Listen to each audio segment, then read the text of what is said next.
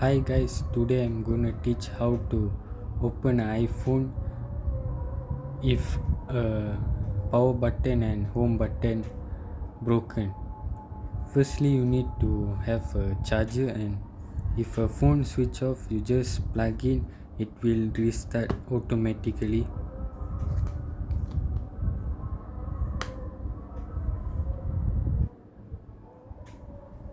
Wait for a while, it takes a minute.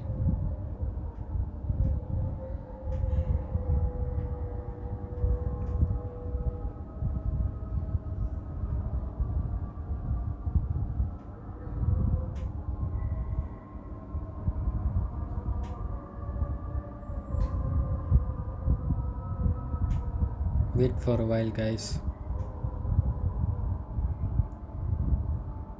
Now you can enter the password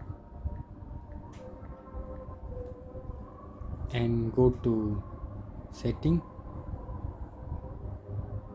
and you can go to the general and click accessibility and select excessive touch, and you can open it and it will be open. Now you go to the general,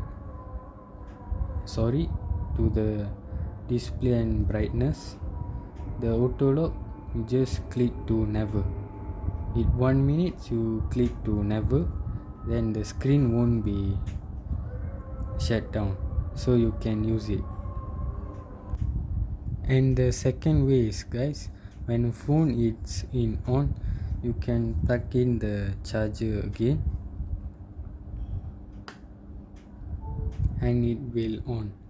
Now you can't press you it doesn't work, the home button. Now you can swipe to the left and see.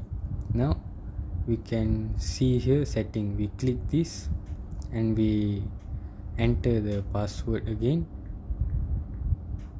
and now we can go to the general and accessibility, excessive touch, we on again. Then we go to brightness and click this auto lock never, and the iPhone will not off, we can use it. Thanks.